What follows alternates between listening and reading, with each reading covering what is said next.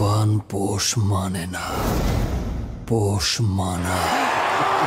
ঢাকায় চলচ্চিত্রের সুপারস্টার সাকিব খানের সাবেক দুই স্ত্রীর কথার লড়াই যেন শেষ হওয়ার নামই নিচ্ছে না। বিরোধের এই নতুন অধ্যায়ে সামাজিক যোগাযোগ মাধ্যম যেন রূপ নিয়েছে ভার্চুয়াল যুদ্ধক্ষেত্রে। কাদা ছড়াছড়ির নতুন উদাহরণ এসেছে এবার একটি বিশেষ দিনের পোস্ট ঘিরে। 20 নভেম্বর ছিল চিত্রনায়িকা বুবলির জন্মদিন। সেই দিন ঘরোয়া আয়োজনে কেক কেটে দিনটি উদযাপন করেছেন তিনি। জন্মদিনের পোস্টে ভক্তদের ভালোবাসায় ভেসে যান বুবলি। তবে ঘটনা জমে উঠল তার ঠিক 3 দিন পর, 24 নভেম্বর।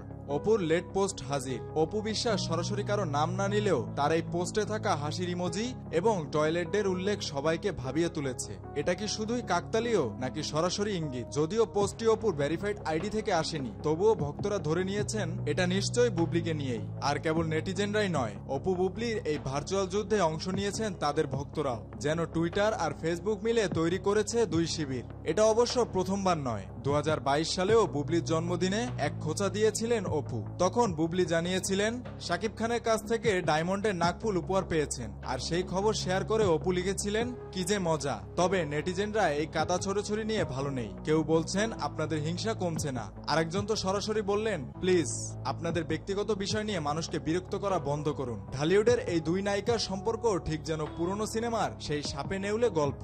দুইজনের দ্বন্দ্বের মাঝখানে সবসময় থাকেন এক এবং অদ্বিতীয় শাকিব খান। একে তো ঢালিউড কিং, তার উপর তিনি যেন এই গল্পের চিরন্তন হিরো। কখন থামবে এই খোঁচাখুচি?